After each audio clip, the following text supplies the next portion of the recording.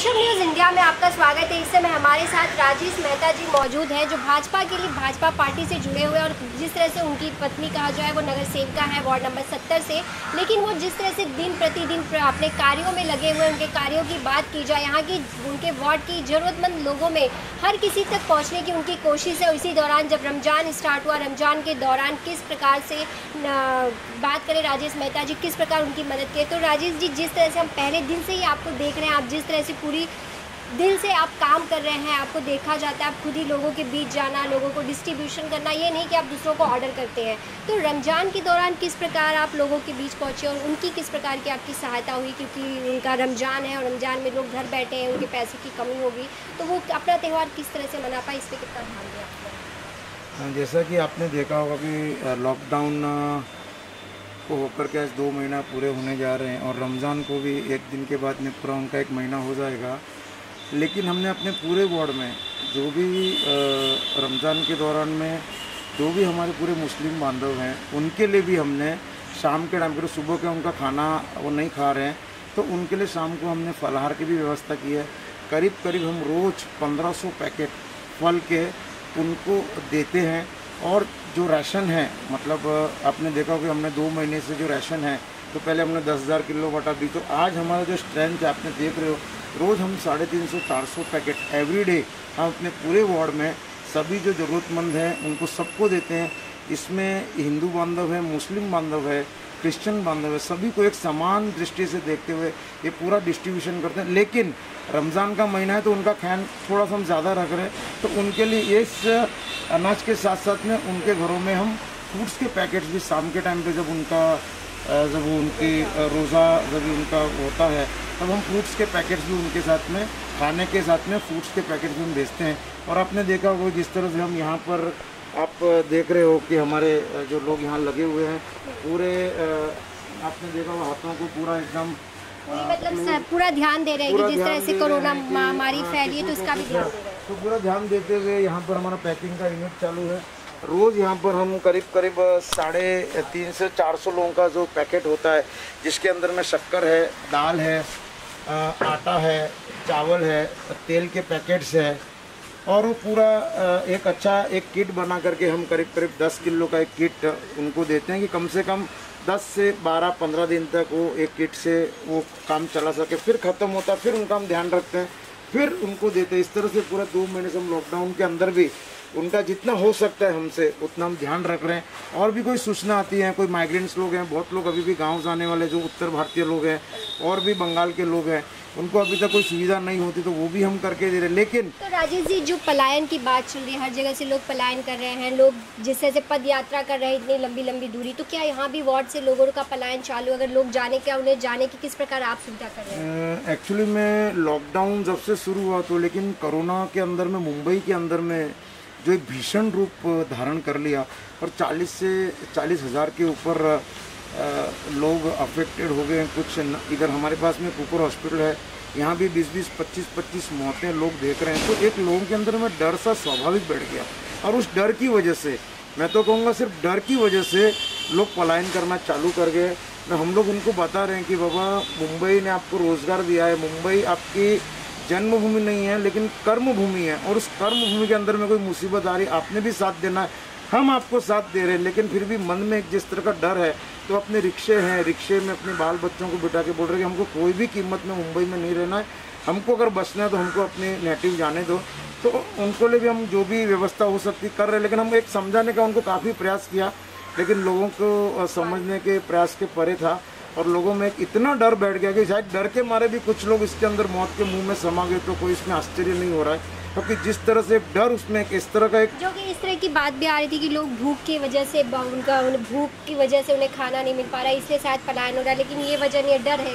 हाँ, हमारे वार्ड में तो मैं बोलूँगा कि 100% ऐसा कोई व्यक्ति नहीं है जो भूख से कोई पीड़ित रहा होगा। हमको सूचना मिलती है, हमारे खुद वॉलंटियर से, हमारे कार्यकर्ता जाके उसके घर पे, कोई हमारे पास भी आने की ज़रूरत नहीं। हम जो राशन में को क्यों लगा के हमने घर घर राशन, ये हमारी संकल्पना है, और हम घर घर जाकर के सबको दे रहे हैं। और ऐसा कोई भी हमारे पास सूचना आती है कि बाबा इस फलाना बस्ती में फलाने लोगों को राशन नहीं मिला है, तो इमीडिएटली हमारे कार्यकर्ता जाके उस पूरी बस्ती को कवर करते हैं। अगर 400 की बस्ती तो 400 को फूड पैकेट्स देते हैं, 400 को राशन देते हैं। इस तरह से हम पूरा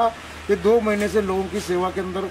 काम कर रहे हैं। सुबह में 11:30 से लेकर के 1:30 बजे तक खाना हमारा डिस्ट्रीब्यूट होता है और शाम को 5:30 से लेकर 7:30 तक 3000 लोगों को हम एवरीडे खाना देते हैं और 350-400 पैकेट फूड पैकेट इस तरह से पूरे वार्ड में 50,000 किलो राशन हमने अभी तक वितरित किया है। और ये भी निरंतर जब तक लॉकडाउन रहेगा, जब तक हमारी शक्ति रहेगी, तब तक हम लोगों के सहयोग के माध्यम से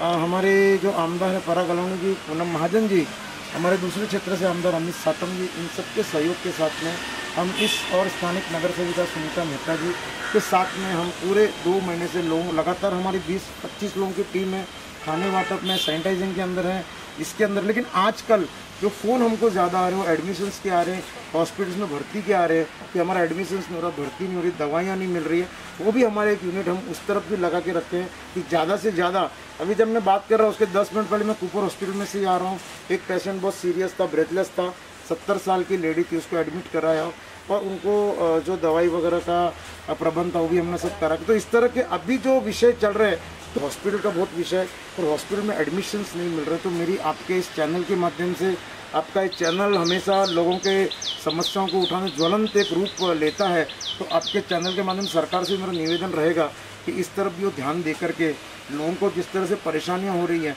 एक तो कोरोना के पेशेंट को परेशानी हो रही है, लेकिन जो नॉर्मल पेशेंट्स है, जिसको हड्डियां टूटी हुई है, जिसको छोटे छोटे प्रॉब्लम्स है, उनको भी वो पिछले 2 महीने से 1.5 महीने से उनको कोई भी इलाज नहीं मिल रहा है। तो ऐसे भी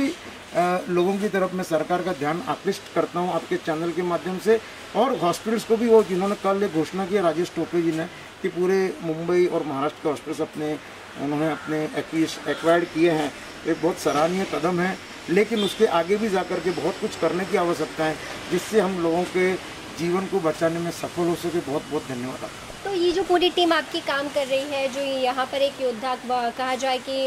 कोरोना योद्धा बनके जिस तरह से यहाँ पे इस महामारी के बीच काम करे, तो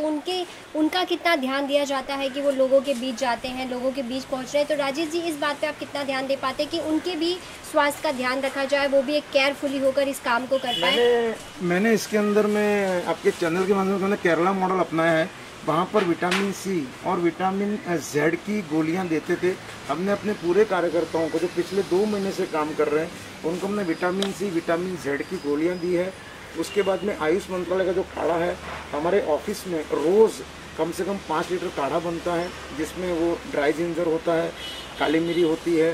और सौंफ, जो भी उसका जो बनाने का जो तरीका है, तुलसी के पत्ते, वो सब डाल कर हम काढ़ा बनाते हैं। और 2 टाइम पर इम्यून पावर को स्ट्रॉन्ग रखने के लिए वो भी देते हैं। तो अभी तक हमारे कम से कम इस पूरे सिस्टम में 50 कार्यकर्ता है, किसी को भी न तो सर्दी खांसी है, न कोई बुखार हुआ है, सबके सब एकदम फिट है और अच्छी तरह से। हम तो रोज़ के कुपर हॉस्पिटल में जा रहे हैं, बड़े बड़े हॉस्पिटल में जा रहे हैं, लोगों के बीच इतना जा रहे हैं, राशन बांटने में इतने हमारे स्लम के अंदर जाते हैं, उसके बावजूद भी हमारे लोग,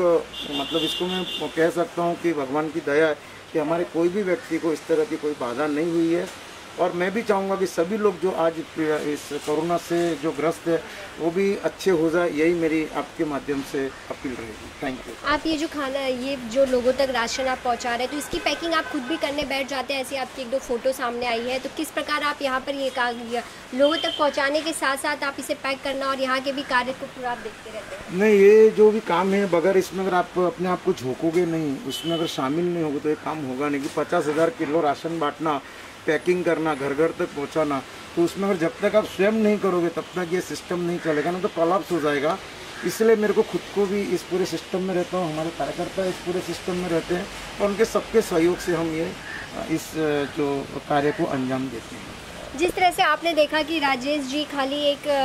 बड़ी बड़ी बातें करना और एक दिखावा ना छोड़ करके वो इसमें भी अपने शामिल हो के खुद जो राशन पैकेट्स होते हैं वो खुद बैठते हैं, खुद पैक करते हैं। और जब उनके वार्ड में से किसी की भी कॉल आ रही है या फिर किसी तक राशन की ज़रूरत है तो हर किसी के पास, और वहीं अगर हम बात करें तो वार्ड के हर किसी के पास यहाँ से राशन पहुँच चुका है। और यहाँ पर मैं आपको दिखाना चाहूँगी जिस प्रकार से यहाँ से डेली 250, 300, 400 पैकेट्स, अभी की बात करूँ मैं, अभी भी डेली 400-300 लोगों के बीच में डेली इस तरह से जो आपको पैकेट्स में दिखाना चाहूँगी, ये पैकेट्स है राशन की पैकेट किट कहा जाए, ये किट तैयार की गई है। ये किट तैयार करके लोगों तक पहुँचाया जाता है। सुनीता मेहता जी जो यहाँ की नगर सेविका वार्ड नंबर 70, तो राजेश मेहता जी इनसे पूरी कार्यशैली को देखते हैं। उनका पूरा ध्यान होता है कि किस प्रकार उन लोगों तक जो राशन पहुँचा रहे हैं वो कितना सही हो। और अगर हम क्वालिटी की बात करें तो क्वालिटी भी बहुत अच्छी तरीके से उनके, अगर वो सुबह घर से निकलते हैं तो पूरा वक्त वो देते हुए अपने कार्य में यहाँ पर कार्य करते हैं, लोगों के बीच जाते हैं। जैसे मैं आपको दिखाना चाहूँगी कि वो पूरे वक्त को देते हुए, पूरा ध्यान देते हुए इस बीच में अपनी पूरी कर्तव्य को निभाते हुए आप देख सकते हैं किस प्रकार वो यहाँ पर बैठकर, आप देख सकते हैं बैठकर जिस तरह से वो फूड पैक जो लोगों के बीच में राशन जा रहे हैं उसकी पैकिंग भी वो खुद बैठ के करते हैं लोगों के साथ। उनके मन में ये नहीं होता है कि हाँ मुझे सिर्फ लोगों को ऑर्डर करना है और लोग काम करें। वो खुद भी इसका अपना सहयोग करके, अपना साथ देकर, अपना वक्त देकर वो खुद भी बैठकर इस तरह से कार्य करते हैं और लोगों तक पहुंचाते हैं। इसे ही हम कहेंगे कि कोरोना जैसे इस महामारी के बीच में एक योद्धा के रूप में ये कार्य कर रहे हैं, योद्धा बनकर काम कर रहे हैं कि कोई भी उनके वार्ड में भूखा ना रहे, कोई भी परेशान ना रहे इस लॉकडाउन के बीच। बस आप हमारे साथ यूँ बने रहिए। आगे और भी खबरों के लिए